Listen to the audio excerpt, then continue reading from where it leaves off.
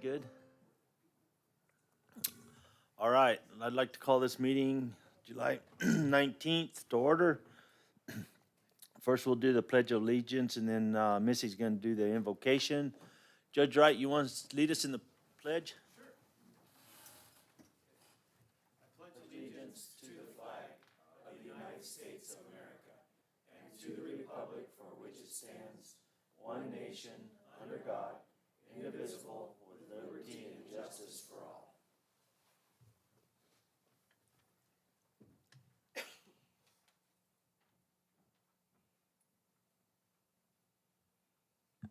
Short here. Okay, everyone, I just want to kind of do something that I usually do with my kids when we're out taking a little hike. I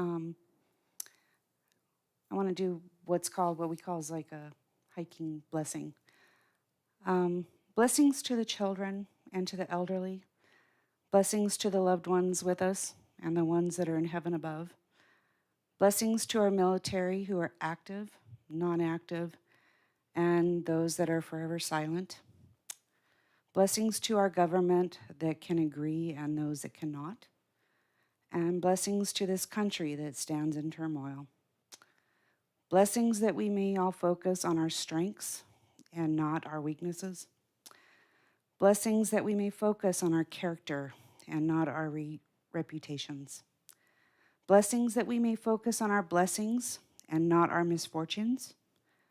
And blessings to all that have gathered with a joyous and light heart today. And may your decisions, your families, and your journeys be blessed today. Thank you. Thank you, Missy.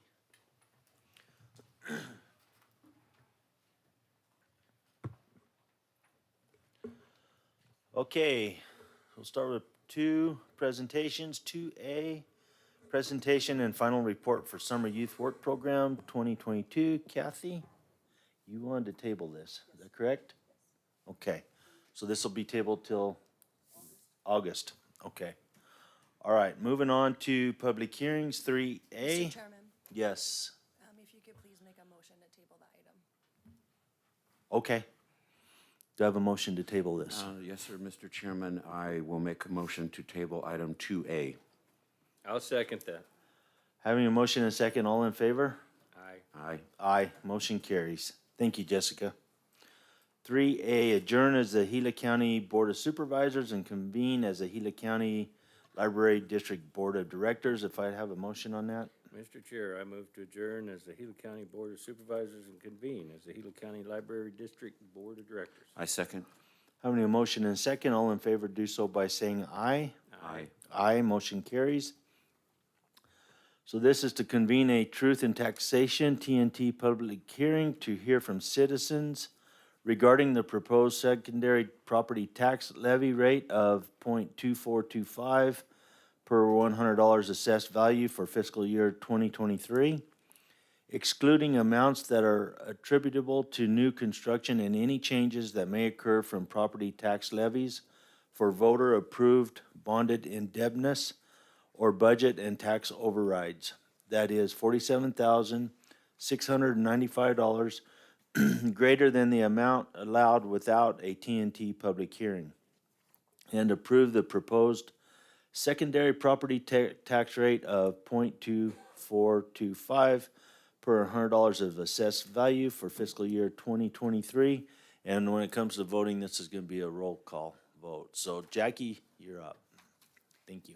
Thank you, Mr. Chair and board members. So this public hearing is about the library district property taxes. The tax rate for the library district has been 24.25 cents per 100 for more than 10 years, and we're asking that it remain at that.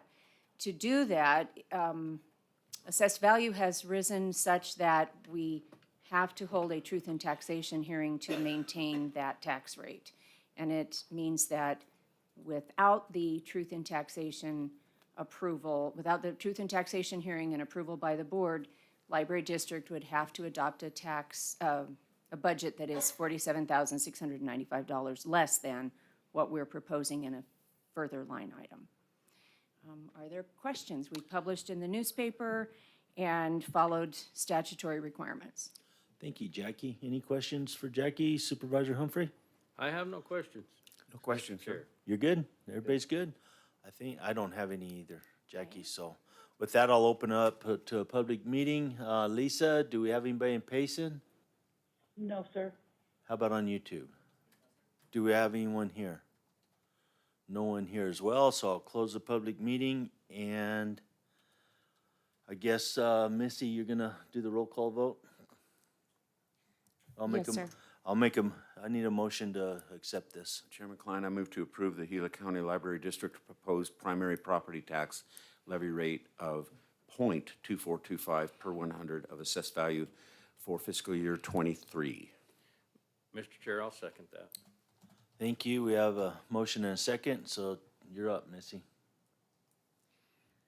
Chairman Klein, may I have your vote? Aye. Vice Chairman Christensen, may I have your vote? Aye. Supervisor Humphrey, may I have your vote? Yay. It's unanimous. Thank you. Thank you, Missy. Thank you. So, thank you, Jackie. And with that, I need a motion to adjourn as the Gila County Library District Board of Directors and reconvene as the Gila County Board of Supervisors. Mr. Chair, I move to adjourn as the Gila County Library District Board of Directors and reconvene as the Gila County Board I will second. of Supervisors. Having a motion and a second, all in favor do so by saying aye. Aye. Aye. Aye, motion carries. 3B, convene a truth in taxation TNT public hearing to hear from citizens regarding the proposed primary tax levy for the rate of 4.19 per 100 assessed value for fiscal year 2023, excluding amounts that are attributable to new construction and any changes that may occur from property tax levies for voter-approved bonded indebtedness or budget and tax overrides. That is $828,842 greater than the amount allowed without a TNT public hearing, and approve the proposed primary property tax rate of 4.19 per 100 of assessed value for fiscal year 2023. Maren, good morning. Good morning, Mr. Chair. Good morning, members, supervisors. As you know, our tax rate of $4.19 has been consistent since fiscal year 2010. We are here this morning because in order to maintain our property tax rate of $4.19, and we do need to have a truth and taxation hearing because, as Chairman said, this amount is $828,842 greater than the amount allowed without a TNT hearing. And that amount's determined by last year's levy and a 2% increase. Thank you, Maren. You're welcome. Supervisor Humphrey, any questions? I have none. Supervisor Christensen? No, sir. You're good? And I am as well. So with that, I'll open up the public hearing. And Lisa, do we have anyone in Payson? No, sir. Do we have anyone in YouTube? No. Do we have anyone here? Nope. We're good, so I'll close the public hearing. And this as well will be a roll call votes, but I'll ask for a motion. Mr. Chairman, I move to approve the Gila County proposed primary property tax levy rate of $4.19 per $100 of assessed value for fiscal year 2023. Mr. Chair, I'll second that. Thank you, guys, and we have a motion for that, Missy? Yes, sir. Chairman Klein, may I have your vote? Aye. Vice Chairman Christensen, may I have your vote? Aye. Supervisor Humphrey, may I have your vote? Yay. The vote is unanimous. Thank you. Thank you, Missy. Thank you, Maren. Moving on to 3C. I'll need a motion to adjourn as the Gila County Board of Supervisors and convene as the Gila County Library District Board of Directors. Mr. Chair, I move to adjourn as the Gila County Board of Supervisors and convene as the Gila County Library District Board of Directors again. I will second that. Having a motion and second, all in favor do so by saying aye. Aye. Aye, motion carries. So this is to convene a public hearing to hear taxpayers who may wish to comment on the fiscal year 2023 Gila County Library District tentative budget, which was adopted on June 21st, 2022, or any proposed changes to the fiscal year 2023 Gila County Library District tentative budget, and adopt the fiscal year 2023 Gila County Library District budget in the amount of $2,460,713. And Jackie, you're it. Thank you, Mr. Chair and board members. I'm back. We are not proposing any changes from the from the tentative budget. And as you noted, it amounts to a $2,460,713 library budget, which includes the grants that we apply for and the E-rate reimbursements. And I'll answer any questions. Thank you, Jackie. Supervisor Humphrey. I have no questions. Supervisor Christensen. No questions, thank you. Neither do I. Thank you. So with that, I'd entertain a motion to accept this. Is it a public hearing? Oh, I'm Public sorry. hearing. Lisa, we'll open a public meeting. Do you have anybody up there? No, sir. Do we have anybody on YouTube? Nope. Do we have anybody here? Nope, we're covered. So with that, now I'll entertain a motion to accept this. Yeah. Mr. Chair, Yeah, go ahead. I move to approve fiscal year 2023 Gila County Library District budget in the amount of $2,460,713. I will second that. Having a motion and a second, all in favor, do so by saying aye. Aye. Aye, motion carries. Thank you, Thank you. Jackie. I'll need a motion to adjourn as the Gila County Library District Board of Directors and convene as the Gila County Flood Control District Board of Directors. So moved, Mr. Chairman. I'll second that. So Having a moved, motion Mr. and a Chair. second, all in favor, do so by saying aye. Aye. Aye. Aye, motion carries. 3D, convene a public hearing to hear taxpayers who wish to comment on the fiscal year 2023 Gila County Flood Control District tentative budget, which was adopted on June 21st, 2022, or any proposed changes to the fiscal year 2023 Gila County Flood Control District tentative budget, and adopt the fiscal year 2023 Gila County Flood Control District budget in the amount of $258,913. And Maren, you're back. Good morning, Mr. Chair, members, supervisors. There have been no changes to this budget from the tentative budget that you adopted. The amount of $258,913 covers salaries and operations for the flood control district. This is a separate agenda item because you do have the ability and capacity to levy a tax to fund this district. We have not historically done that, but as a point of order, we bring this each year. And capital expenditures for flood control do not fall into this category. Those fall into capital so that we stay nice and level for our friends at ATRA and the Goldwater Institute, and to make sure that our constituents can see clearly where everything goes and what it does. Thank you, Maren. Any questions for Maren? Supervisor Humphrey? I have no questions. No Supervisor- questions, Chairman. You're good? Okay, with that, I'll open a public hearing. Lisa, do we have anyone in Payson? No, sir. Do we have anybody on YouTube? Nope. And anyone here? Nope. So with that, I'll close the public meeting and ask for a motion. Mr. Chair, I move to approve fiscal year 2023 Gila County Flood Control District budget in the amount of $258,913. I will second that, Mr. Chairman. Having a motion and a second, all in favor, do so by saying aye. Aye. Aye. Aye. Motion carries. I'll need a motion to adjourn as Gila County Flood Control District Board of Directors and convene as the Board of Directors for the Gila County Street Lighting Improvement Districts. Mr. Chairman, I so move. I'll second that. So moved. Having a motion and a second, all in favor, do so by saying aye. Aye. Aye.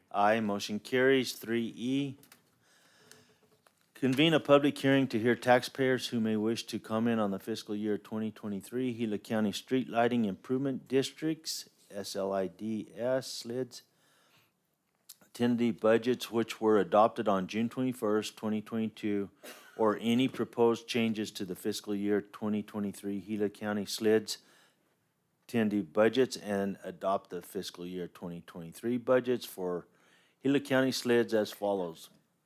Pine, $2,019. East Verde, $4,960. Miami Gardens, $3,302. Apache Hills, $3,413. Upper Glendale, $3,163. Midland City, Central Heights, $16,172. And Claypool, $18,587. Marion? Good morning, Mr. Chairman, members, supervisors. There have been no changes to these budgets since the tentative that you adopted, and these dollar amounts go directly through the county to APS to pay the power bill for the lighting in each of these districts. Thank you, Marion. Supervisor Humphrey, any questions for I Marion? have no questions. Mr. Supervisor Chair. Christensen? No questions, sir. None for me as well, so I'll open it up to a public meeting. And Lisa, do we have anyone in Payson? No, sir. Anyone on YouTube? No. Anyone here? Nope. So with that, I'll close the public hearing and entertain a motion. Mr. Chair, I move to approve fiscal year 2023 budget for the Gila County Street Lighting Improvement District as presented. I will second. Having a motion and second, all in favor do so by saying aye. Aye. Aye. Aye, motion carries. Thank you, Marion. And with that, I'll need a motion to adjourn as the Board of Directors of the Gila County Street Lighting Improvement Districts and reconvene as the Gila County Board of Supervisors. So moved, sir. I'll second that. Having a motion and second, all in favor do so by saying aye. Aye. Aye. Aye, motion carries. 3F.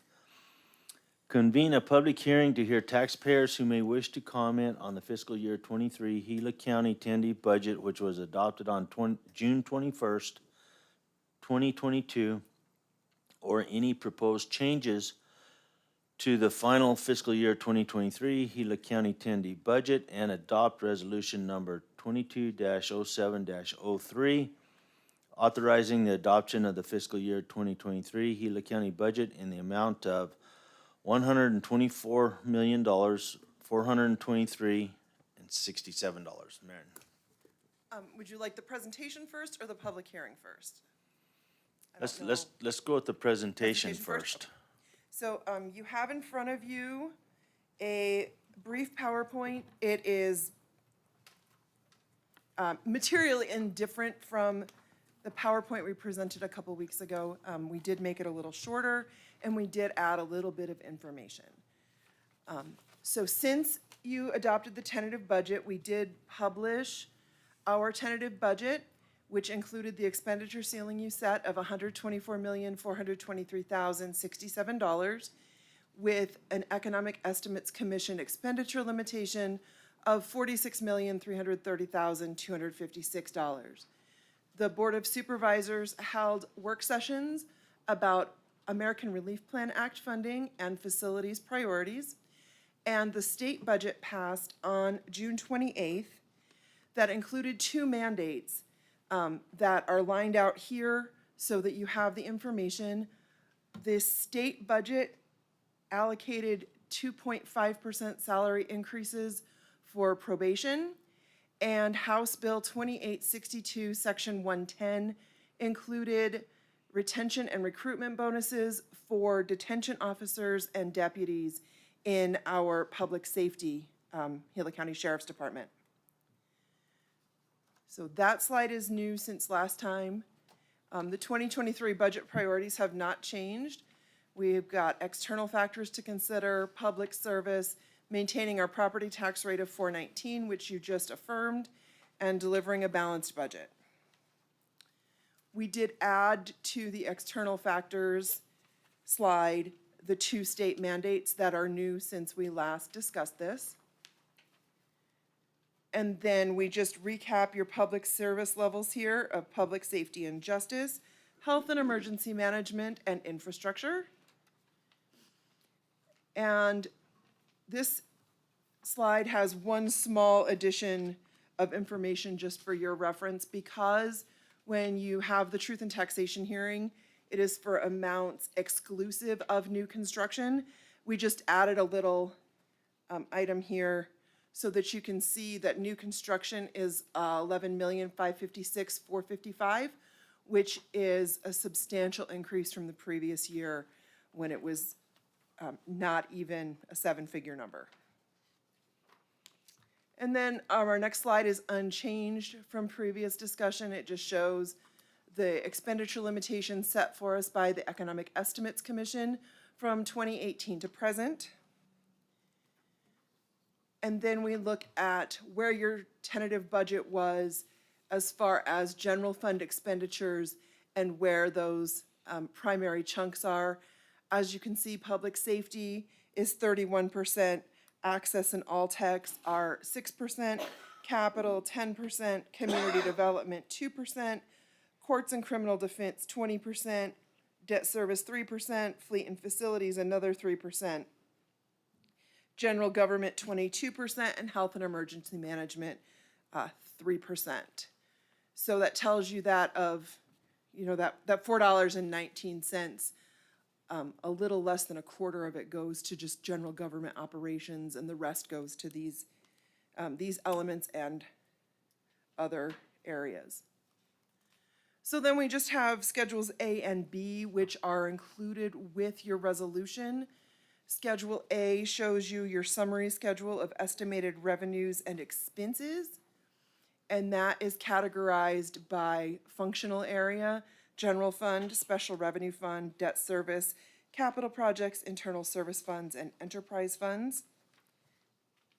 And then Schedule B includes the $4.19 tax rate that you all just adopted, in addition to the 0.2425 for the library district, the SLIDs that you just adopted. It also shows that we are not levying a flood control district tax. So it's listed here under 5A2 as 0, just for transparency's sake. And then the FDAT, the fire district assistance tax, is 10 cents. And then we have, just as a recap, or as a, I guess, looking forward forecast, 2 upcoming meeting notes. On Tuesday, August 2nd, Craig Sullivan from the CSA will be here. That'll be a good opportunity for you all to learn more about what came through on the state budget that we didn't include here. And then on Monday, August 15th, we will be setting the primary and secondary property tax rates for Gila County and the schools and all the towns and the cities. If you have any questions, I'd be happy to answer them, and Thank you, whatever Mary. else I can do to make this easier for you. Okay, thank you. Supervisor Humphrey. No, thank you for the presentation. I have no questions. Supervisor Christensen. Thank you, Chairman. I got maybe one. This House Bill 2862, you say that the state is giving money to deputy retention recruitment. What does that look like? So there's still, as far as I know, CSA is still working with the JLBC and the legislature to get the exact way that it's going to come through, because the amount of money passed is insufficient to fully fund what they've come up with. We did check their numbers for our incumbent and open positions for DOs and deputies are accurate, and they are talking about making sure that the amount gets spread out over a full year in equal disbursements. Are the amounts set? Because it's set an amount and it's set an appropriation, but the two don't jive. Mr. Chairman, Supervisor Christensen, the amount that has been established is an amount up to $10,000 for retention. As Marion said, it's really a mess down at the state, and trying to figure out what this bill said and how it's actually put into action. So up to $10,000 for detention officers and patrol officers over, they're thinking maybe quarterly, over a year, could possibly be up to 2 years that those monies are distributed. So it's, even the length of time of how it's distributed is not even closely to determine. Now for recruitment, there's a $5,000 amount, up to $5,000 that's established for new incoming detention officers or patrol officers. So those are the amounts, up to 10, up to 5. Okay. I think I understand that, so it'd be kind of a bonus sort of a situation there, so. Well, if you understand it, you should go explain it to the legislature. might be naive, but let me, No, they really need some help. so another question, and I know we're probably gonna have a few more comments, but the probation officers are actually employees of the county. So their salaries are paid by the county. The salary structure is, as I'm understanding it, mandated by the state in the state's budget. Mr. Chairman, Supervisor Christensen, members of the board, the court function is a state function. It is administered by the Arizona Administrative Office of the Courts. And so everything that they do, they have their own personnel policies, they have their own, it is through the AOC that the court's function is administered by the counties. The counties are required to pay certain portions of the court's salary, even though they are a separate branch of government administered by the state. No, thank you. That clears it up for me. So You're good with that? that's all I have. Thank you. Yeah, that's complex. It is. So what I'm, what I'm hearing is, who knows where this is gonna shake out in the legislature? This part is set by the legislature now.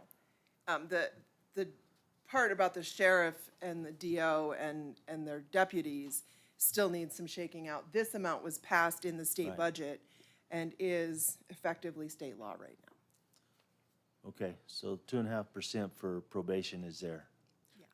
Mr. Chairman, from what I understand in the state budgeting for this portion of the court system is that there's a pool of money that's set aside by the state legislature. And say it's $100 million for all of the probation departments throughout the state. The state, in their budgeting, they appropriated an additional 2.5%. So if there's a $10 million budget for fiscal year 22 for this current, or the fiscal year just ended, then we would get 2.5% on top of the 10 million, or $250,000 would be the amount added To to that. the budget. Okay. Okay, any more questions? I have none. You have none? Okay, you're good? Good. Thank you, Mayor, and with that, I'd open up the public hearing part of this, and Lisa, do we have anyone in Payson? No, sir, we do not. Do we have anyone on YouTube? No. I think we have one here. Judge Wright? Thank you, Mr. Chairman, members of the board, Mr. Menlove. Thank you for allowing me to speak today. Wanted to talk about an issue that's in the budget. Before I get to that, first, in the current budget proposal, most of our Gila County employees are receiving on average a $2 per hour raise. This is a bold step that was proposed by county administration. It's a bold step by the board to take that. I thank you for that. I think it's absolutely necessary for two reasons: to retain our greatest assets, which is our people, and also to allow us to continue to hire excellent people as we move forward. So first, thank you for that. There's one group of employees in the budget who are currently only scheduled to receive a 2.5% raise, which it comes out to, on average, about 40 cents per hour. This is not because of their lagging performance or because of anything else of their doing. In fact, these employees, on average, have been with Gila County about 10 years, a little bit over 10 years. It's merely because they are in the probation department. I'm here today to ask you to change or correct this disparity and provide these 38 employees with raises comparable to our other employees.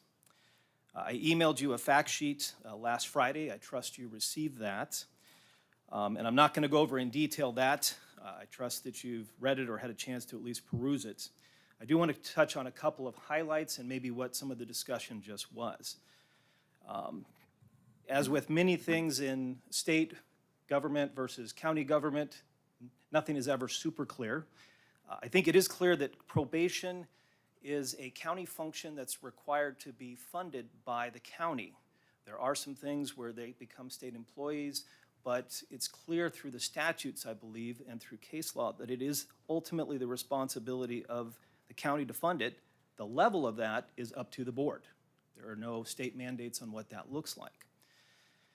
Historically, the state has contributed greatly to probation as it is both a county and a state function.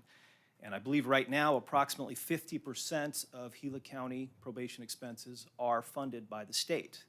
And it's, I think James had mentioned, it's through the Administrative Office of Courts. There are lots of formulas, et cetera. The current, and it's, this one, every time I look at it, it's slightly different. It's difficult, and I think that's one of the issues that has consistently comes up. The state legislature attempted to make things simpler. I'm not sure they did this year. In the budget, they specifically indicated that they were appropriating an additional $1.2 million to cover the state share of the 2.5% probation officer salary increase.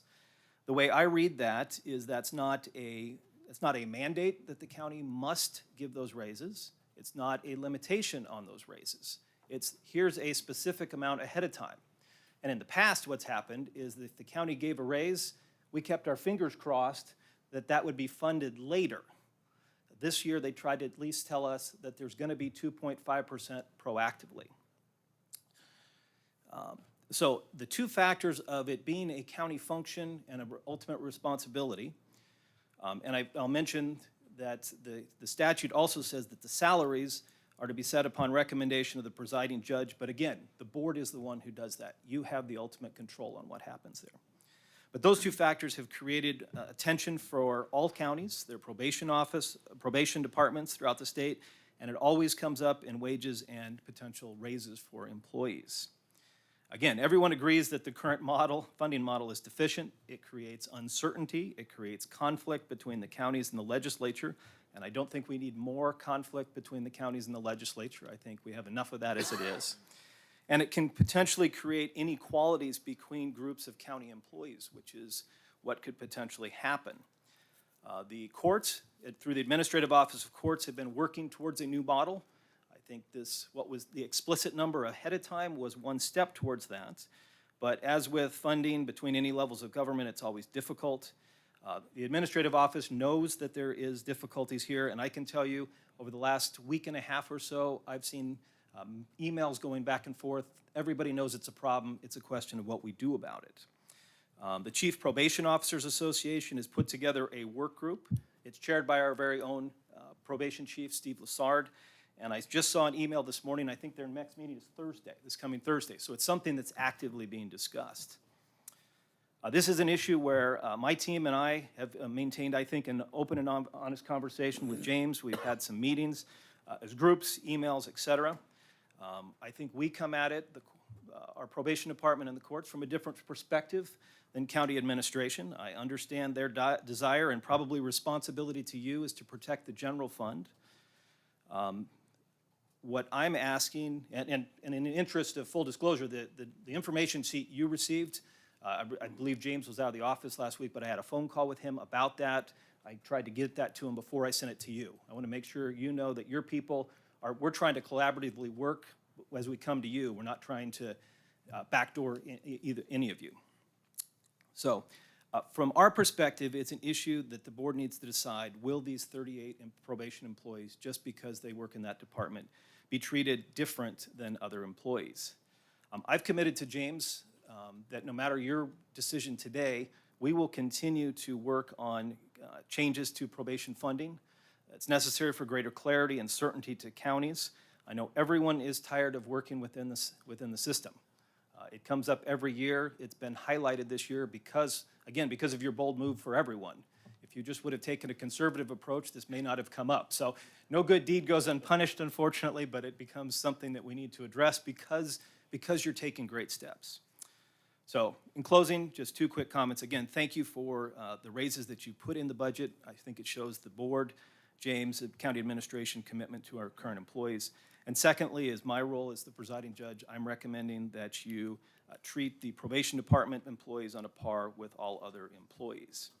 And with that, if you have any questions, I can try to answer them. I'm not sure I will be able to because, again, certainty, this isn't an area where there's a lot of that. You might as well just stay there for a minute, Okay. Judge. So, I've been listening to it and going back, and me and James had a brief conversation actually yesterday about it. And so, James, give us some input here. Mr. Chair, members of the board. Judge Wright, thank you. Yes, we've had honest, forthright, upfront conversations, and I appreciate that. I thank Judge Wright and staff for taking the time and being able to do that so we can hopefully understand each other and where we're coming from. One correction is that this is the second year, fiscal 23 is the second year that the state legislature has taken over control of budgeting for the probation department. In fiscal year 22, the state did the same thing, budgeted the 2.5%. The county did give the 3.7%. And so we covered, as a county in the general fund, an additional 1.2% for fiscal 22. So this is 2 years that is going. So it's a issue that is consistent, that needs to be addressed, as Judge Wright said. The cost to the general fund for this would be an additional $140,000, I believe. We did have some conversations of how many other counties are doing that. I did not inquire of the larger ones because in conversations with county managers and administrators, most of the larger ones said that they were going to, they're going to do whatever they can for their employees, meaning that they're going to do the same. If, like we do $2 per employee, that they were going to do, if they were going to do a 6% raise for regular employees, that they would do 6% for probation. That's in the larger counties that typically have more resources than the smaller counties. I haven't got responses from everybody, but I do know that our fellow G counties to the east of us, Graham and Greenlee, both did the 2.5%, adopted 2.5% salary increase in their budgets for the probation departments so they could be consistent with what the state is appropriating. Now, in the past, the way that that budgeting worked, and Judge Wright did mention this, is that the counties would budget and give raises across the board pretty much to all county employees. And then the state in the following year, the state legislature would appropriate an amount sufficient to cover the raises that the county had given the year previous. So they were matching, they were doing an amount equal to the county raises, but a year later. From what I understand, the legislature says we're not going to, the state is not going to be dictated to by the counties, by county board of supervisors, how much we are going to give in raises. And so the state legislature proposed, and included in the governor's budget, this, we're going to fund it, but we're going to fund it up front. So this 2.5% has been adopted in the state budget, in the state law, but budget laws that were adopted by the legislature and approved by the governor, is the 2.5% additional appropriation to the bucket that I mentioned earlier. So, and then Judge Wright did mention that it creates a separate class of employees. Through this past year, the pandemic and inflation being insane, we have created different classes of employees. We've looked at the deputies and created a new program for them so that we could recruit and retain sheriff's deputies because of all the costs in training. Same thing we recently did for the detention officers, that we created a new pay scale, pay grade for just detention officers, that because they were down to close to 50%. And we've also done the same thing with Public Works, where our heavy equipment operators were down to 60% of our FTEs budgeted. So we have done specific things for certain employees that we're taking a big impact from not being able to fill positions. And so there are different classes, is what I wanted to point out. So there is precedence has been set that that boards of supervisors have adopted the 2.5%. The same and consistent with the state, though it's down in the smaller counties. There is another option that I did propose an option of doing what has the state is doing with detention officers and public safety officers, in that we appropriated an amount, a one-time payment amount for the difference between the 4,160 that we do have given to all employees and what their 2.5% increase would be. So that would be, because the way the law is written is if we build this into the base cost of the salaries, then it's our responsibility from here on out forever. And the state is not going to come back in and backfill the amount that we might have to appropriate by increasing the base salary pay for each employee. So we could do a one-time, it doesn't affect the base, it would leave the base the same, but then we could get the employees up to what they were. Probation has said this is not a viable option, though I believe another county, I'd have to check and see, but another county has done that they did a one-time salary adjustment to make it so that the income, the amount paid is the same $4,160 for those employees. Another option is, and we have done this with the sheriff's office, to implement their new pay plan. And in the detention office, that we eliminated positions. Same thing with Public Works, that we implemented a new pay plan for them. They eliminated positions. I would say that we can offer that same option to the probation department, that we can implement this, the $2, $4,160 raise, but that the number of positions, FTEs, would need to be reduced on a dollar-for-dollar basis. And this would be ongoing. And I believe right now there's two and a half positions that are vacant, one in administration of probation department, 1.5 positions, FTEs, in the juvenile probation portion of the probation office. That would get us within about $10,000 of the dollar-for-dollar swap. So we'd have to look for an additional $10,000 to make it even, or look at a next vacancy.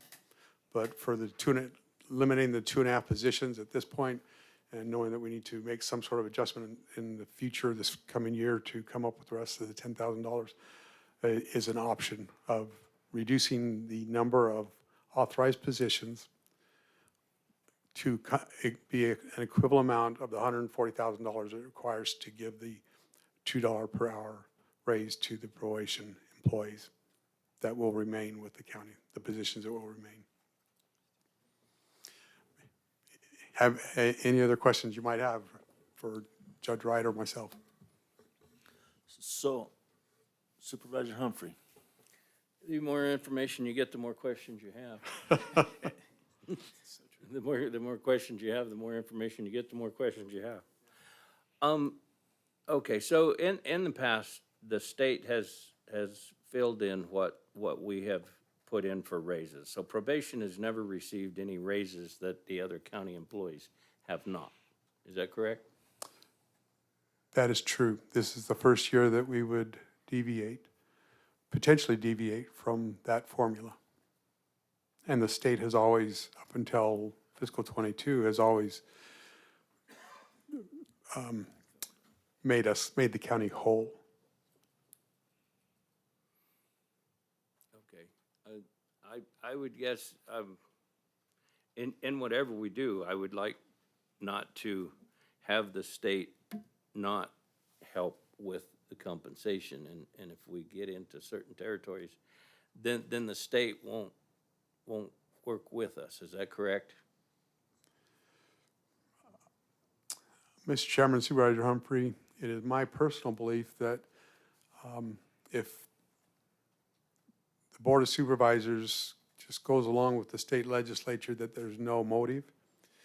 Judge Wright said there's a lot of communication back and forth, but until there's real motive that there's somebody that's impacted, and 2 counties have done that, that the motivation to actually change what the formula is now, that it's not there.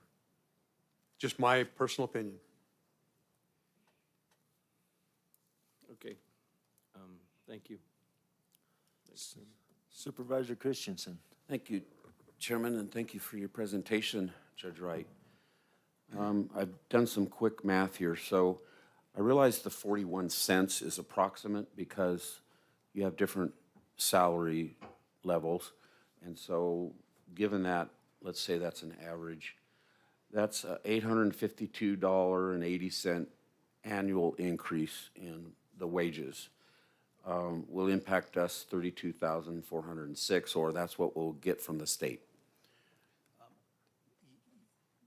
I don't want to challenge your math because I'm not, but the 2.5% is only for 50% of our people. Oh. Because the probation, and this is James and Mariner nodding their head, and this is where the numbers, you take the whole, and then the state pays for basically half of them, and so the amount the state is kicking in is 2.5% on half of the total. Okay. So the county administration is still, their proposal is still to kick in 2.5% for the other half. So I Okay, didn't want so- to cut in too quickly, but I didn't So want to get too far. even better, because that just cements my argument even a little bit more as to how much it will impact Gila County if we decide to not go with the state's proposal that seems to be hostage-like. In other words, if you don't go with us, then we're going to cut your funding. Okay, big deal then. They're going to cut $15,000. That's not a lot to me. It seems rather unfair that we have the different classes of employees. So you mentioned 140,000. If we did increase the wages $1.59, that's 125,000. And if we chunked off the full amount of $2, that's 158,000. And would you be willing to give up some of the probation positions? And can I ask Steve? I'm handling this at a high level. I'm not the one who gets to live with any positions that are there or not there each day. And also, again, we need to be careful. If you eliminate a position that is state-funded, then you can get into other issues. So if I can, I'll ask Steve to address that, and I'll stay up so I can address other issues. Okay. Mr. Chairman, Oh, I already know what they are. Yeah. Mr. Chairman, if I could interject before Mr. Lassard has a moment here, that Santa Cruz County, one of the other smaller counties, they were planning to go with the 2.5%, and that would, but then their board of supervisors decided to go with what the rest of the county employees were, so they were 60. That was a 6% increase for Santa Cruz County. The difference in the cost is us for 1 year is $140,000. The cost for them for 2 years that they have gone with what the county was doing is $40,000 total. So about $20,000 a year versus our $140,000 of what the cost is to the difference between going with the 2.5% and a $2 per hour increase. And the 140 does include benefits, so that's total cost. Chief Lassard. Thank you, Mr. Chair, members of the board. As always, we're willing to make any tough choices to be fiscally responsible to the taxpayers of Gila County. We are a public safety. We're in felons' homes. We got felons coming out of prison on probation now. And we have a very dangerous job in police officers, and I don't know if you've seen my probation officers. They look like SWAT officers out there. I don't think the community says, oh, you're probation, you help guys. We have a dangerous job in public safety, so at the end of the day, I would hate to come to you and say, we will cut some positions in order to treat our employees the same as other county employees. But we have figured that into this and offered that to and the county manager is correct about everything he said about unfunded mandates. We're going crazy at the Probation Chiefs Association with the AOC all the way up to Dave Byers. And we just keep looking at each other and going, why are we doing this to each other? Why is the state doing this to the counties? You know, this is wrong. We know it's wrong. We're in the same boat as the county manager. And we're fighting the good fight, and we're having a meeting Thursday. They called an emergency meeting on Thursday to talk about funding of probation departments. So I'm willing to give up a juvenile detention officer position. I'm willing to give up a support staff position, 1.5, as James stated, to help pay for this. The remaining 10,000 or whatever it will be, I'm willing to pay that as well. I can find that money within my budget as well to make it cost neutral theoretically to the county. So it wouldn't cost you anything to give them the $2 an hour raise as you're giving with other county employees. So what I can't control, Mr. Chair and members of the board, is what's going to happen in the future. We're getting more felons out of prison they're putting them on probation instead of parole because we do it better. We know how to do it. And our business is just going to increase. So I think at the end of the day, we need to solve this problem with state funding. I'm told by the chief financial officer at the AOC that he is going to be asking for all unfunded mandates to be funded by the state in the next fiscal year. That includes whatever they don't pay for pensions. I understand they paid pensions for public service, PSPRB, and Corp, except probation. And again, probation is in the middle of this battle between legislators and the counties. And Craig Sullivan, you know, I'm going to be here when he comes in August. I know he meets with Dave Byers. We don't disagree with anything that's going on with the County Supervisors Association and the president. We know it's bad. My final point is, do we want our public safety officers who are going into the homes of the felons to suffer because of $140,000? And I'm willing to give you those positions. I had a conversation with Judge Wright, and he said, what are your options? I said, other than giving my resignation and taking my salary to pay these salaries, you mean? He said, no, seriously. I'm like, yeah, seriously. That's how important it is during inflationary times for officers who don't feel appreciated by the state. And they're feeling that the county may not be loyal to them either. And I've assured them, trust me, I respect James Menlove and their administration. They know this. I've said it publicly, and I'll say it on the record. I really enjoy working with them. But we're in the middle of this fight, and my officers didn't cause this. My officers didn't cause this. And so I've written up a note after today's meeting to send to my officers to tell them why they're getting 2.5 instead of the 2 with the rest of the, and it's a positive message, as positive as I can do it. I don't know how to message this to my employees. They have children, a lot of them are very young, and they have bills to pay, and inflation's killing them. I've got some living in Maricopa County, and they're paying $100 a week for gas to come up to work. I can't offer them anything else. So I'd recommend you go with the judge's recommendation. We've worked hand in hand with the county manager and his administration. They're wonderful people, and they're making tough decisions, and I fully understand that. Thank you. Thank you. Thank you for that. Go Mr. ahead, Chairman, James. can I answer Judge Wright in a question that he had about if we get into eliminating state positions, that we get in trouble. This is strictly general fund positions that the county has control to fund or not fund, and it has to be the dollar for dollar of kicking in county general fund payroll costs here and giving it up here. And I think Chief Lessard answered your question in the midst of the passion you can see for his employees. I think what James was asking was, is there some positions that we can try to move around? And I think Steve's answer, and therefore my answer, is yes, we can try to find those things.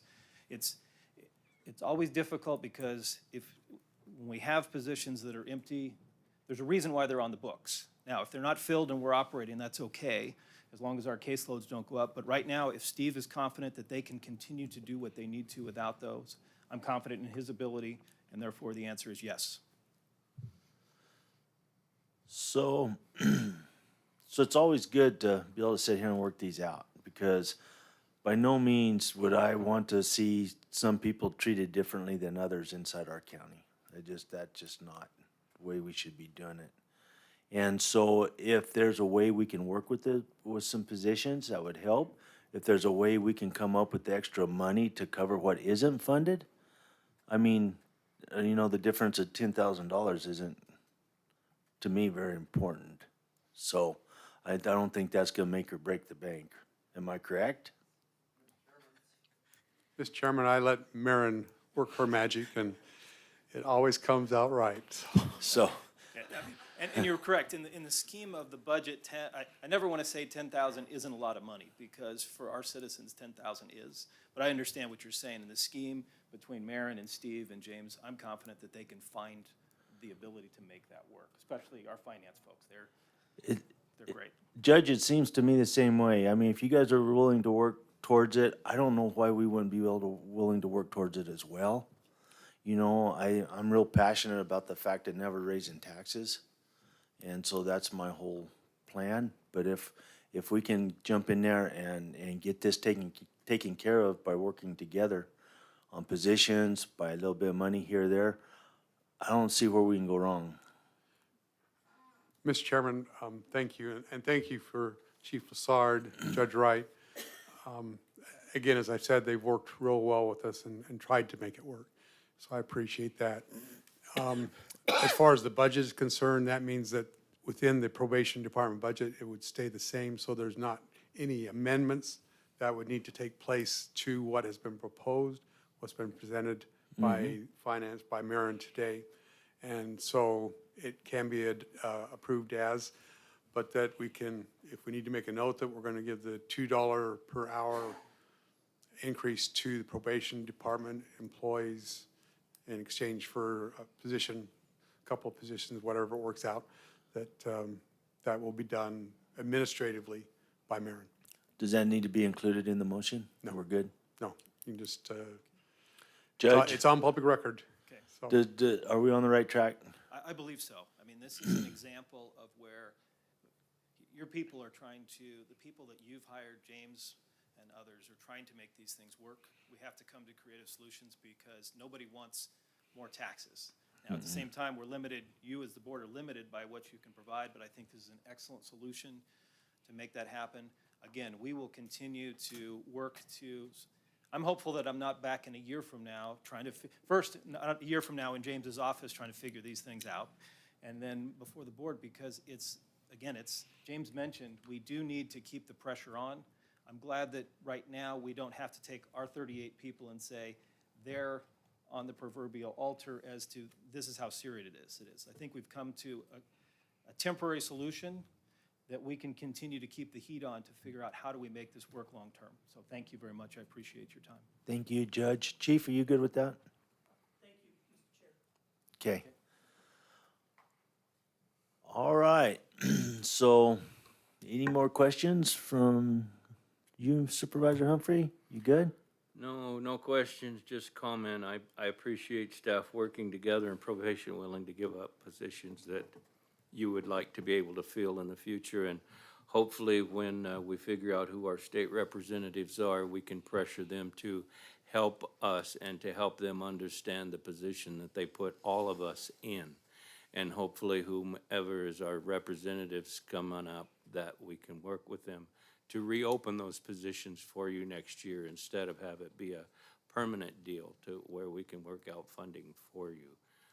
So thank you very much for being willing to allow us to pass a budget today, but we will work with our state representatives once we know for sure who they are to see if they can't help us with this difficulty that they've created for us. Thank you. Supervisor Christensen.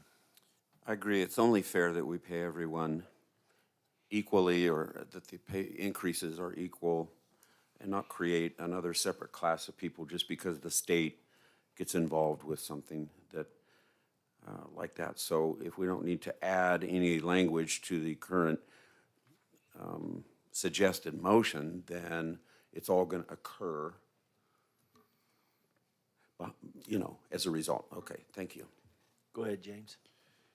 You know what's so ironic in all this is that here the state is fighting over what is really a small amount of money while there's billions of dollars at the state, that they had one of the longest sessions in the history of Arizona legislative sessions, and it was all fighting over how to spend that money, how to give away that money and do all those things. And yet in the midst of that climate, the state legislature is here picking a fight with counties, as Chief Lassard said. It makes no sense. It's just ironic and does not make a bit of sense to me at all. I think that includes all of us, James, so thanks, and I'm glad we can work this out and keep those people same as everyone else. So with that, I'd entertain a motion. Sir, Yeah, you need to close the public hearing first, I please. thought I did a while ago. I didn't? I close it now. There's no more public. So now, I'll entertain a motion. You're out of luck. Okay, then are you ready for a motion? Yes, sir. Mr. Chair, okay. Mr. Chair, I move to approve fiscal year 2023 Gila County budget in the amount of $124,423,067. I will second that. Having a motion and a second, all in favor, do so by saying aye. Aye. Aye. Aye, motion carries. Thank you, Marion. And Thank thank you you. guys. Thanks for being here. Okay, moving on to number 4, regular agenda items. I'll need a motion to adjourn as a Gila County Board of Supervisors and convene as a Gila County Library District Board of Directors. So moved, Mr. Chairman. I'll second that, so moved, Mr. Chairman. So having a motion and a second, all in favor, do so by saying aye. Aye. Aye. Aye, motion carries. Information, discussion, action to approve library service agreements for Globe, Pace, and Tonto Basin and Young Public Libraries for the period of July 1st, 2022 to June 30th, 2023. Jackie? Mr. Chair and board members, I think it's a record that we've been Library District Board of Directors 3 times in one meeting. I can't remember doing that one before. So we annually sign library service agreements with our public libraries to provide funding for maintenance and operation and continue providing from our district connectivity, technology, integrated library system.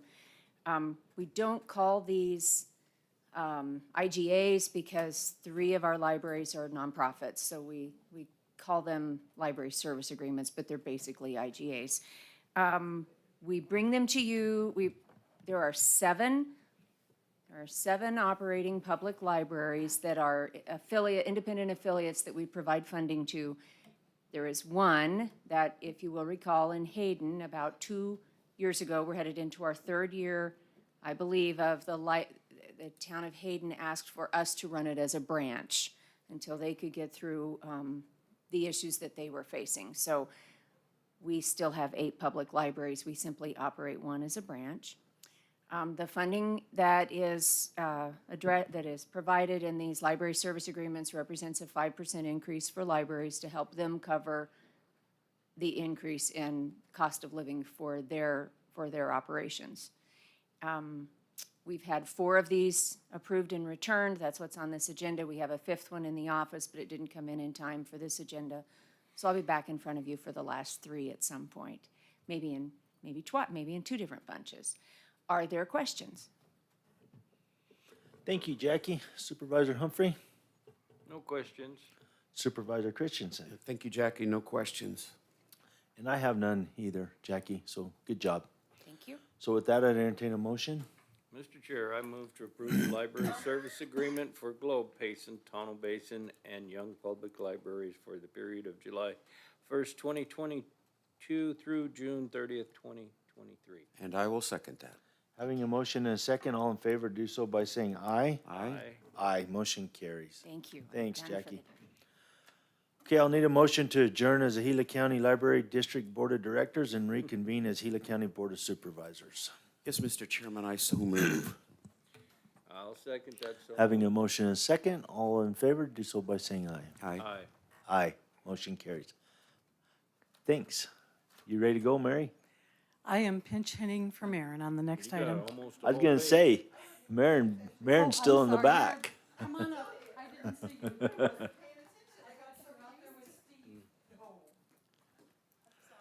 Okay, 4B, authorization to prepare fiscal 2022 budgeted and interfund transfers. Maren.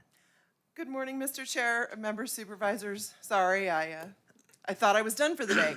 So we're here today to ask you to let us put together the journal entries that will move funds as needed to cover budgetary and interfund transfers for fiscal year '22. There are several items that go in this, such as an ADOT project and certain projects between District 1 and the sheriff, and a couple other things that we need to get done before we send the books off to the CPA to prepare financial statements. So we're here today to ask you to let us put those together, and then we'll bring them back in August for your approval so that you can see what those are, where they're going, where they're coming from. And it's just to be transparent and compliant with state law. Thank you, Maren. Supervisor Humphrey. I Questions? have no questions. Supervisor Christensen. No questions. Thank you, Mayor. Neither do I, Okay. Maren, so thank you. With that, I'll entertain a motion. Mr. Chair, I move to authorize the preparation of the fiscal year 2022 budget and interfund transfers. I will second. Having a motion and a second, all in favor do so by saying aye. Aye. Aye. Aye. Motion carries. Thank you, Maren. Thank you. Now I think you're done.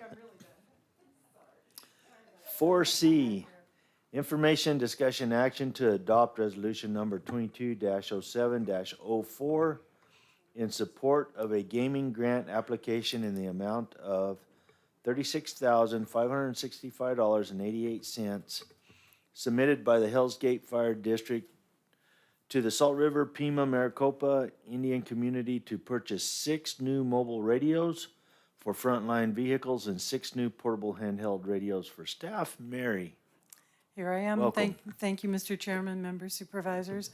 Our fire districts really do a good job trying to find additional funding for items that they need every day. And I believe Chief Morris is up in Payson, and I would like to turn this over to him so he can explain it to you. Sure. Chief Morse?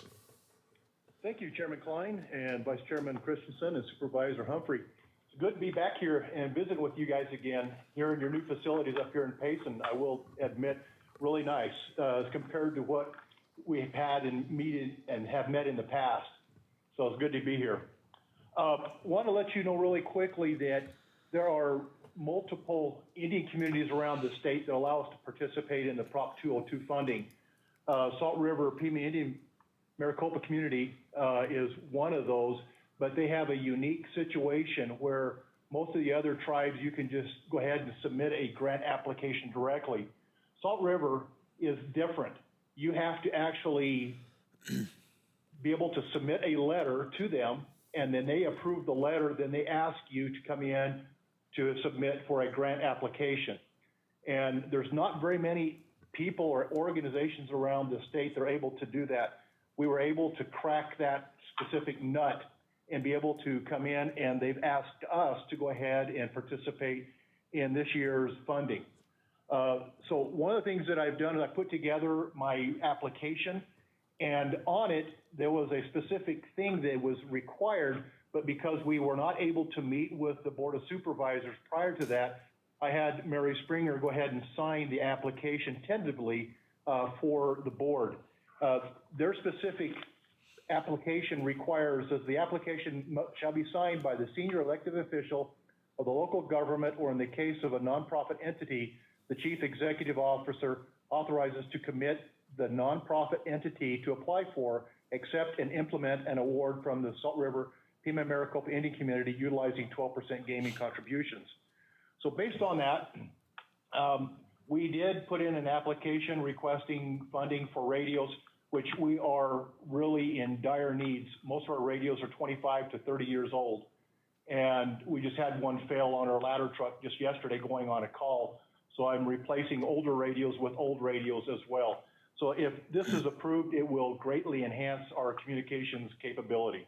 So I would like to ask if the board could help us by approving this resolution so we can get a signature back to Salt River. Thank you, Chief. Supervisor Humphrey. I'm good. You're good? Supervisor Christensen. No questions. Thank you. I don't guess I have any either, really. So in order to apply for these grants then, Chief, you need signatures from us to apply for this. That's what I'm hearing? This specific grant, I know that there's 2 Indian communities in the state that require a resolution, Chin being one of them, and Salt River being the other one. Salt River requires just a resolution or the signature of the chief elected official, which, I guess in this case would be you. I think it would right now. So another question I do have for you, these radios that you're looking at purchasing, are they the new frequencies that I believe our sheriff's office and everybody else is going to? 35. Yeah. For us, no. Up in the northern Gila County, and just kind of give you a quick overview of what's going on. The sheriff's department has gone to what they call an 800 megahertz frequency, which is a higher band. We're still on the lower band, and the reason why is because of the fire chiefs and the fire departments here need to be able to have a radio frequency that will penetrate through buildings and be able to communicate through the repeater system that we currently have. There is still a lot of work to be done on the 800. So what we're going to do is stay with it, but it's a digitalized radio capable of handling over 5,000 frequencies. And the other thing too is that these radios are clonable, meaning that if we go on a wildland deployment or a wildland fire, that if the Forest Service needs to be able to communicate with us or download frequency banks to our radios, they can do so in a matter of seconds, and then we have that communication with other organizations. One thing just to let you know that we are working with the federal government, CISA, the Cyber Intelligence and Infrastructure Security Agency. They have come out a couple of weeks ago and have done an infrastructure look at our system from the west side of the rim over by 5 Mile Strawberry area to the eastern edge of Gila County. And so we're looking at them giving us some ideas on how to progress forward with our communication system. But we have to be P25 compliant with our radios in order to be able to receive federal grant funding. Okay, Chief, thank you. Any more questions? We good? We're good. Okay, I entertain a motion. Mr. Chair, I'll move to adopt resolution number 22-07-04. I'll second that. Having a motion and a second, all in favor, do so by saying aye. Aye. Aye. Aye. Motion carries. Thanks, Chief. Thank you.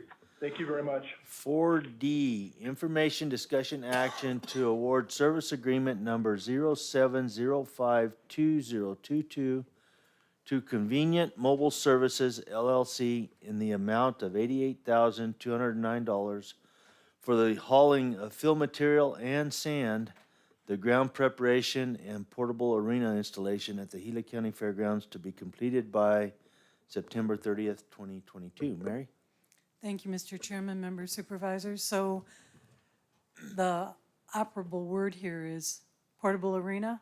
It came yesterday. Good. So in anticipation of that, we met with 6 local contractors because they have to build up the dirt to make it usable for a roping arena. And the lowest bid was the $88,209, which included the installation of the arena. It's hauling dirt from our local area, like just down the hill from where the arena is. We also had a gentleman by the name of Joe Mounts sell us some material. He also donated $10,000 worth of that material to the Fair Board. So we're asking you today to award the service agreement to CMS, Convenient Mobile Service. Thank you, Mary. Supervisor Humphrey? I Questions? just have one question. This is gonna be set up down by the other arena? Mr. Chairman, Supervisor Humphrey, that's correct. Okay, yeah, I would kind of like to look into that a little bit more of where it's gonna go, because we have people that go out there every Sunday that fly airplanes, and if we're taking their little airport away from them, I would like to be able to help them be able to have a place where they can fly their planes out there, because they've been doing this for years. I even pay for a porta-john out there for they can have their families and stuff out there on Sunday, so. You know, I think it's great that we got the new arena. I think that's great, but I just don't want to push them out and them not have a Sunday recreational area. That's all. That's it. Supervisor Christensen? I'm good, thank you. You're good? Okay, so with that, I entertain a motion. I move to award service agreement number 07052022 to Convenient Mobile Services LLC in the amount of $88,209. I will second that, Mr. Chairman. Having a motion and a second, all in favor, do so by saying aye. Aye. Aye. Aye, motion carries. Thank you. Thank you, Mary. 4E, information discussion action to approve intergovernmental agreement number 02232022 with the City of Globe for Justice Court case management of the city's criminal misdemeanor and criminal traffic case filings and terminations for the period of July 1st, 2022 to June 30th, 2024, with an option to renew for a one-year term annually. Mary, you're it again. Thank you, Mr. Chairman, members, supervisors. This is a IGA similar to the one that we have with the town of Winkleman, and it's to take care of their criminal misdemeanors and criminal traffic cases. It's the case management. The fees that people do pay end up going to the Globe Justice Court for the handling of the cases. So there's no money changed hands. They keep the fees if they handle those cases. So we're asking to approve the agreement. Thank you, Mary. Supervisor Humphrey. No questions. Supervisor Christensen. No questions, thank you. So is this the first time we've done this? Mr. Chairman, members, supervisors, no, we've done this in the past. COVID got us a little bit on renewing the IGA that we had with them. So we went back and forth with the town of Globe, and instead of renewing an agreement that had expired, we went ahead and just made the new agreement. Okay. Thank you, Mary. I'd entertain a motion. Mr. Chairman, I move to approve the IGA number 02232022 with the City of Globe as presented. I second that. Having a motion and a second, all in favor do so by saying aye. Aye. Aye. Aye. Motion carries. 4F, information discussion action to approve amendment number 4 to contract number 050619 with Synergy Petroleum LLC and to ratify staff's authorization to increase the contract for bulk fuel and lubricants by $100,000 until July 22nd, 2022. Mary, you're it. Thank you, Mr. Chairman, members, supervisors. This amendment happened when we were in the process of rebidding the fuel contract. And we initially had a amount of $900,000 that went with the Synergy with the contract. Synergy actually bought out the bulk fuel contract from Fuel Co. And so when we changed hands to Synergy, we just moved the remaining funds. Unfortunately, gas prices went up, lubricant prices went up, and we found ourselves out of funding on that contract. Not enough funding that would get us to July 22nd. So we needed to amend it by a not to exceed amount of $100,000. So we didn't shut our pumps down and send everybody off with credit cards. Another thing with those pumps is when people fuel up there, they know the mileage on the vehicles, they do a check-in. We track a lot of information at the fuel pumps. Once we disperse people to Circle K's and Speedways and everywhere else, you lose that information. So it was really vital to keep them using our gas pumps. So we're asking the board to ratify the amendment number 4. Questions, Supervisor Humphrey? No, I was just waiting for this to happen. With everything going up, you just knew this was going to too, so I have no questions. Supervisor No Christensen? questions, thank you. So I do. So are we gonna say we don't use $100,000 worth of fuel? I mean, do we get anything back, or are we just giving this company $100,000? How? Mr. Chairman, members, supervisors, that's a not to exceed. Okay, So it was to allow them to come and fuel up. We only pay for what we use. So that $100,000 was a bridge. It was kind of a guesstimate how much we were gonna need right, to bridge us to the new contract. right. And that's why I was reading in this, you know, the department is estimating that we could possibly spend $80,000. So that's what I wanted to make sure it wasn't just across the board $100,000 that gets us to this date, you know? No, and it was so we didn't have to come back with an amendment number 5 for 10,000. You know, we try and guess on how much they would use, Right. but we only pay the bill for what they What fill we into the use. tank. Yes. Okay. All right. And then, where are we on staff's authorization for money? That gets a little ticklish, doesn't it, for $100,000 to authorize that? I mean, or is that something that should come back through us to approve up front? It may not be a question for you, Mary, it may be more for James. Mr. Chairman, members of the board, the maximum contract amendment or anything that involves money is $50,000, less than $50,000. So 100,000 is not within that. It could be taken care of administratively. Good, good, just asking questions. Thank you for this. You're Thank you welcome. for all the help, and hopefully that'll keep us in field till the end. We have a new contract. We're good. Good. So with that, I entertain a motion. Mr. Chair, I move to approve amendment number 4 to contract number 050619 with Synergy Petroleum LLC. I will second that. Having a motion and second, all in favor, do so by saying aye. Aye. Aye. Aye, motion carries. Thank you, Thank you. Mary. 4G, information, discussion, action to authorize advertisement of request for proposals number 062922, weatherization materials and services, for a contractor to provide weatherization materials and services. And Lisa Wilkins is here for Melissa. Thank you, Lisa. Good morning, Mr. Chairman and Board of Supervisors. We have brought this to you once before for the RFP, and we went through the whole bidding process, and we accepted a bidder. But Department of Energy kind of pushed that back, because we're always only getting one contractor to even bid for our jobs. So they asked us to go back out to bid again. So this is just a repeat of earlier this year. So we hopefully get more contractors out there bidding against our jobs for weatherization. Okay, thank you, Lisa. Any questions? Supervisor Humphrey?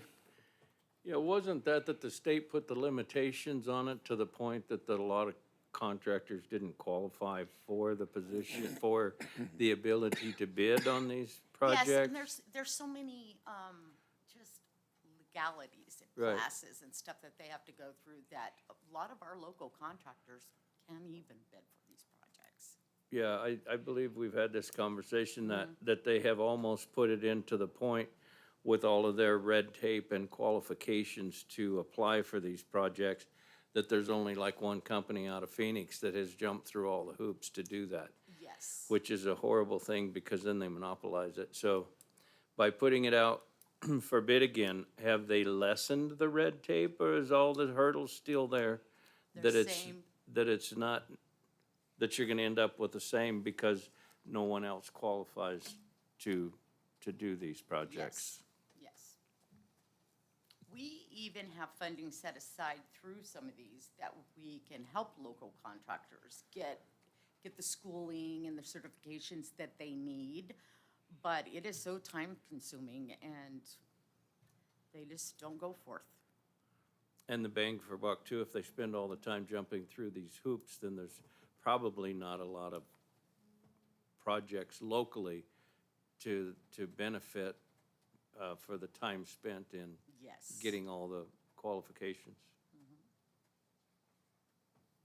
Thank you again, State of Arizona, for cutting out the little guys.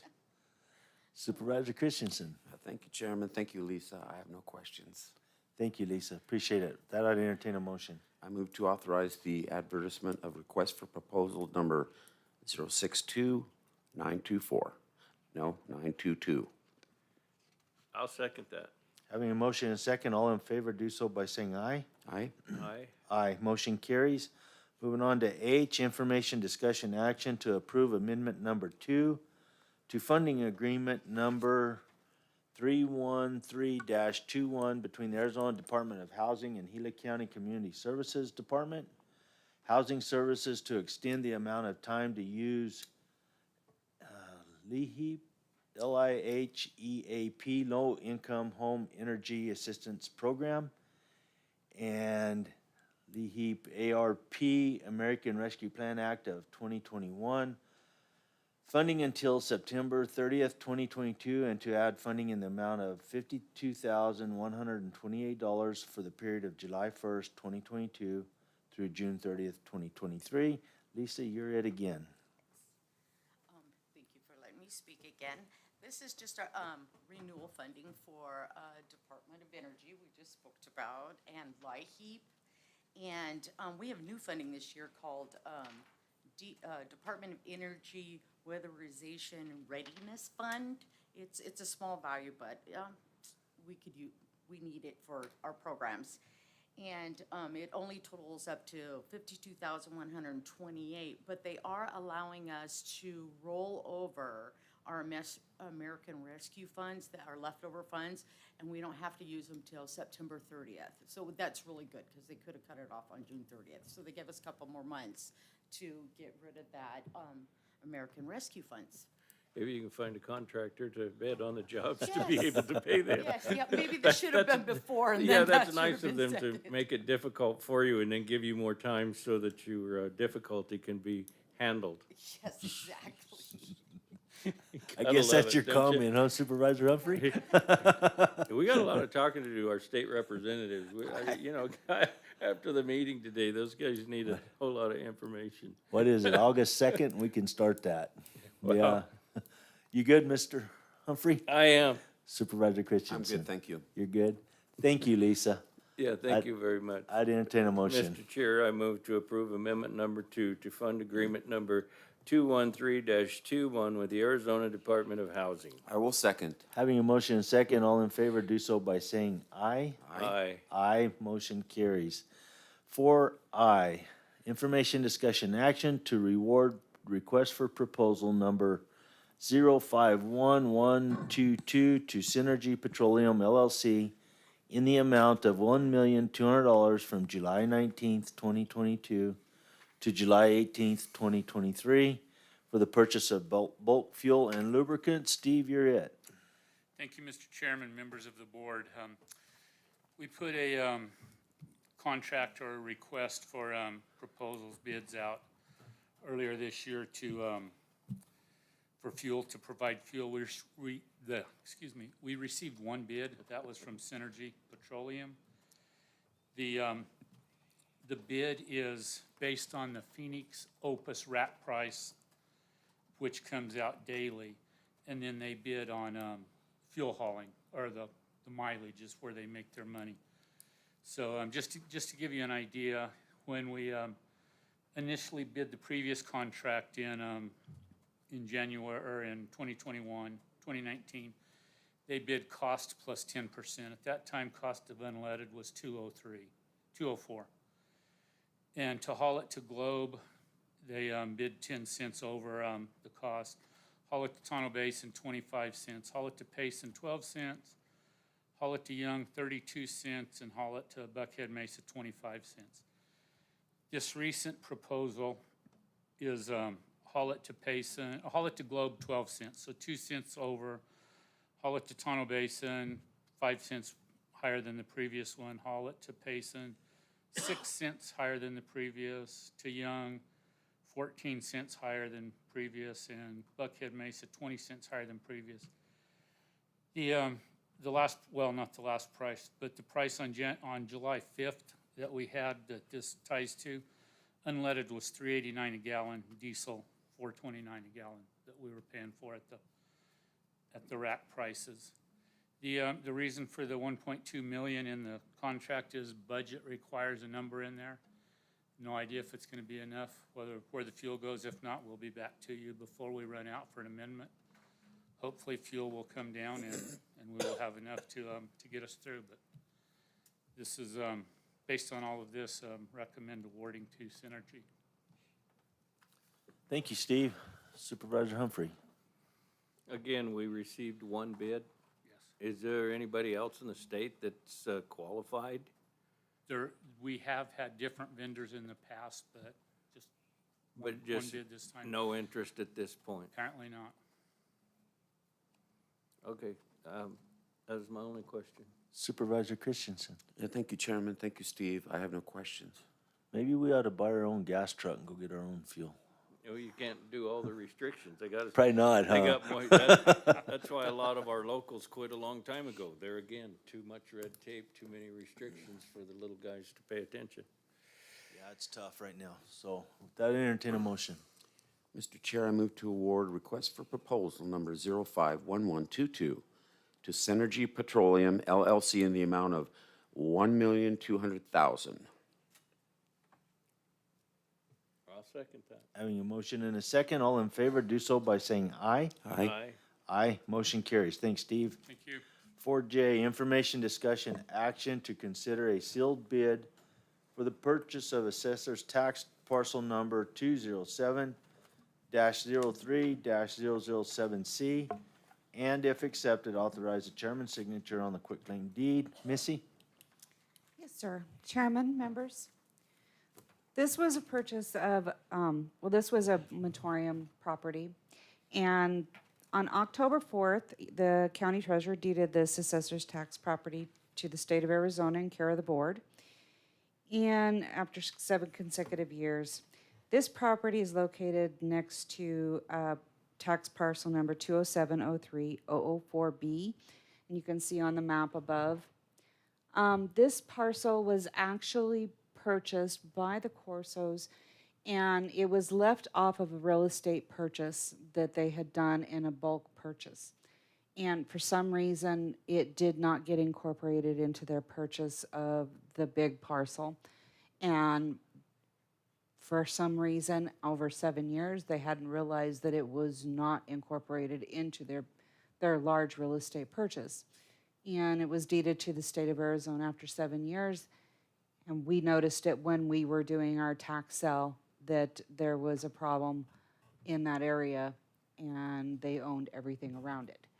So when we investigated during our tax sale, we started asking questions, and since they owned all the parcels around it, and happened to just kind of give them a call and noticed that they actually did own it, and it was part of their real estate sale, so we decided that we needed to get it back to them. So if it was okay with you, if you have no questions for me, I will open the sealed bid. Any questions for Missy, Supervisor Humphrey? No. No, I Supervisor don't. Christian, go ahead, Missy. Okay.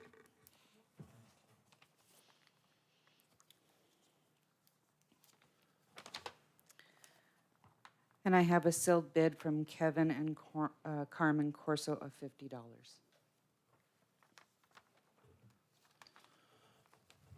Supervisor Humphrey, comments, questions? No questions, no comments, other than thank you for helping these people realize that, that property was theirs. Supervisor Christensen. No questions, thank you. Okay, so with that, I entertain a motion.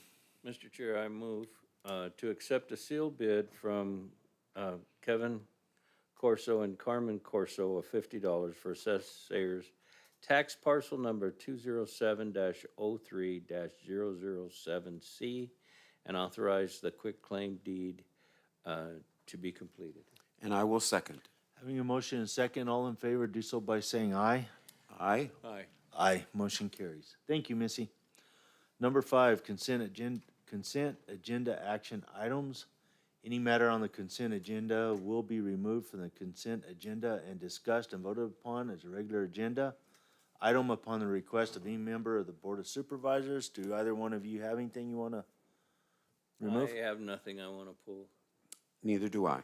And neither do I. So I'd entertain a motion to accept the consent agenda action items 5A through 5H. And Mr. Chairman, I'll move to approve consent agenda items 5A through 5H. I'll second that.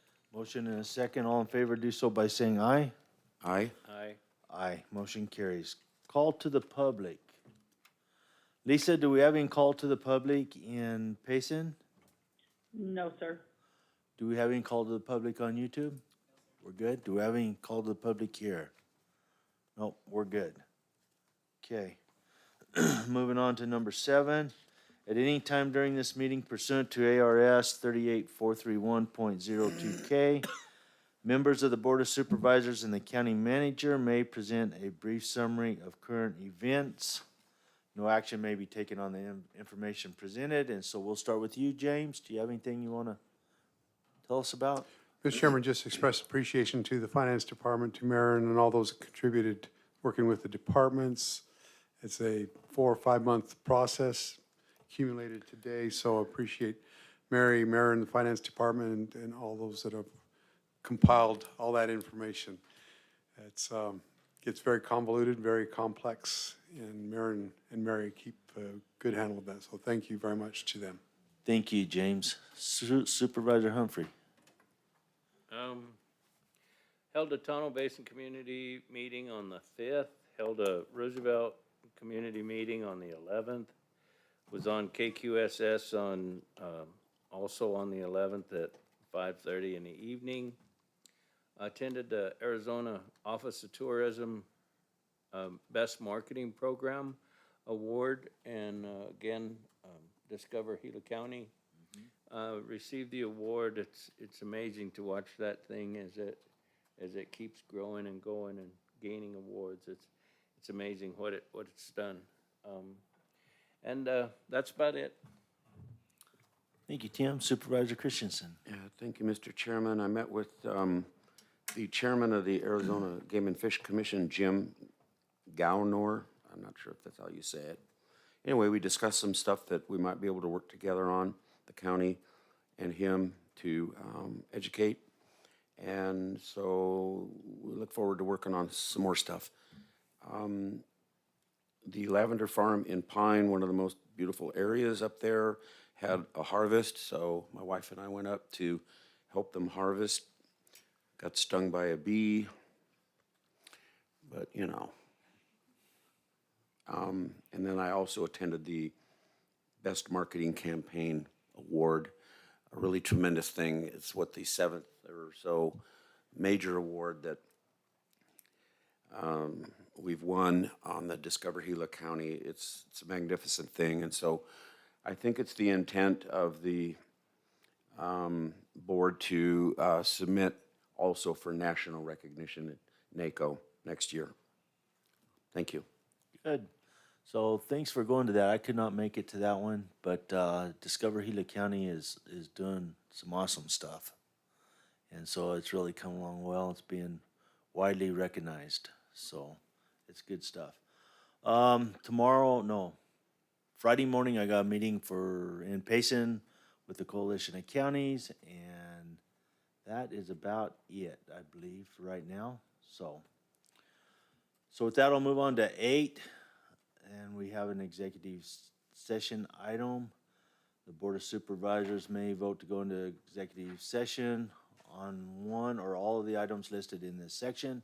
No action will be taken by the board while in executive session. And 8A is information discussion action.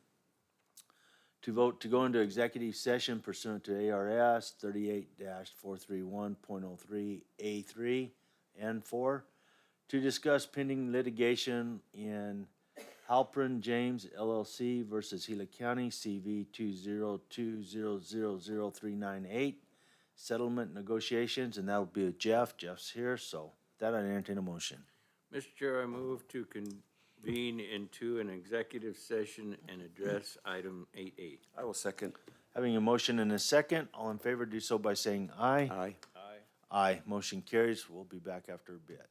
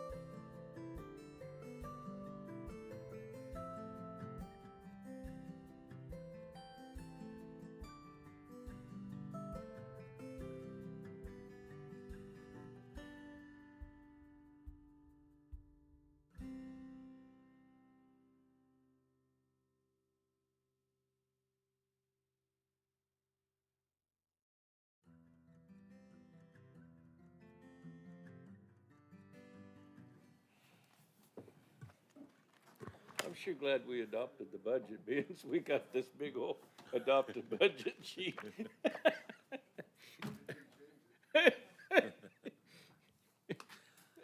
Okay, are we waiting for anybody? I think we're all here, huh? So I'll call this meeting back to order and entertain a motion.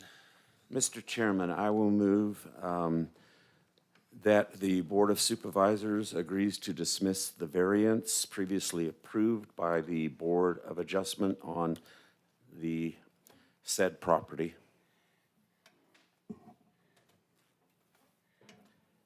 Good. If you want to, you can vote if you choose to direct the county attorney to.